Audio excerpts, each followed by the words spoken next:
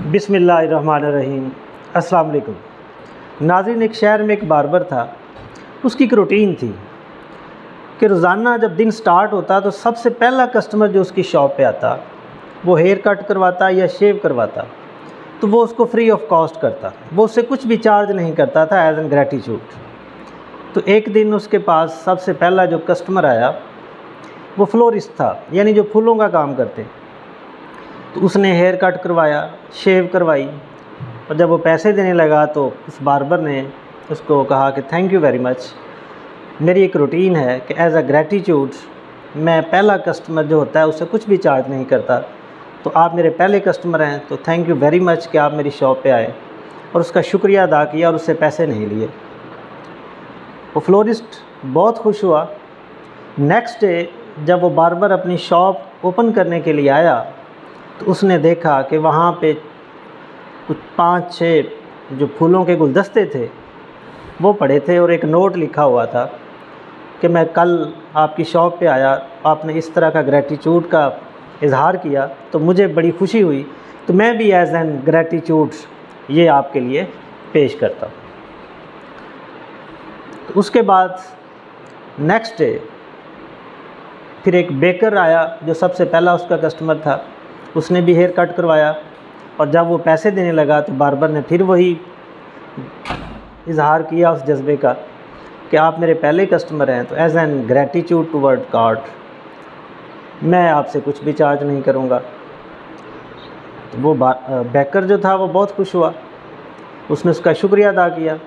Next day जब वो barber shop पे आया तो उसने देखा कि वहाँ पे 3-4 जो केक हैं वो तैयार किए हुए थे और रखे हुए थे, और वही एक नोट लिखा हुआ था कि थैंक यू वेरी मच, जो यस्टरडे आपने ग्रेटिट्यूड का इजहार किया, तो मैं भी उस खुशी के साथ ये आपके लिए पेश करता हूँ। तो ये एक स्टोरी कहीं पे हम शेयर कर रहे थे, तो उसी दौरान एक बीच में ही एक आवाज़ आई कि अगर यहाँ पे कोई बंदा ऐसा करना शुरू कर देगा तो यहाँ तो अगले दिन लाइनें लग जाएंगी। तो ये इस तरह का तो शायद इजहार यहाँ पे ना हो। यस, बिल्कुल ऐसा हो सकता है, हम जिस तरह के एक कल्चर के अंदर हैं, लेकिन 100% ऐसा नहीं है। सारे टेकर्स ही नहीं हैं, गिवर्स भी हैं। टेकर मतलब टेकर कौन लोग होते हैं? जो सिर्फ़ और सिर्फ माए माए माए माए का इजहार करते हैं, मेरा पैसा, मेरी दौलत, मेरी शख्सियत, मेरी ड्रेसिंग, मेरी गाड़ी।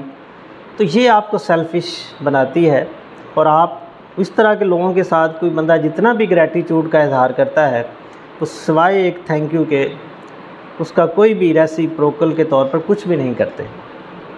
लेकिन अब जो लोग हैं थोड़ा इसको भी अंडरस्टैंड करना शुरू हो गए हैं।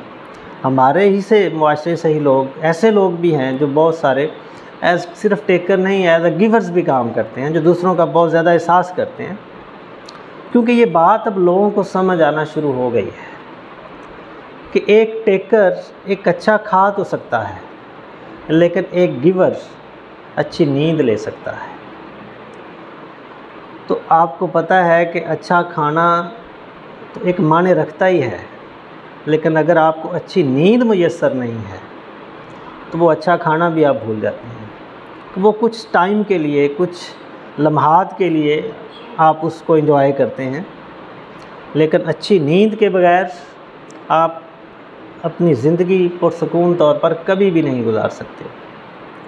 तो उसके लिए ज़रूरी ये होता है कि हम अपने माए माए से बाहर निकलें, हम माए को कन्वर्ट कर दें आर्स की तरफ, कि मैं नहीं हम। जब सिर्फ़ आप मैं करेंगे तो अब कुछ भी नहीं है, आप सिर्फ अपने खौल के अंदर बंद हैं। और दूसरी चीज़, ये चीज़ जो लोग टेकर से गिवर्स की तरफ कन्वर्ट हो जाते हैं, वो क्यों हो जाते हैं?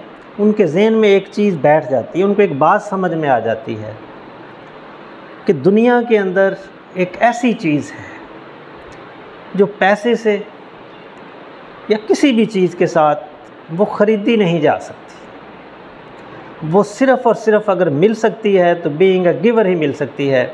वो चीज़ क्या है? वो है सेटिस्फेक्शन। और सेटिस्फेक्शन आपको तब भी होती है लाइफ के अंदर जब आप अपने साथ साथ दूसरों का एहसास ज़्यादा करते हैं।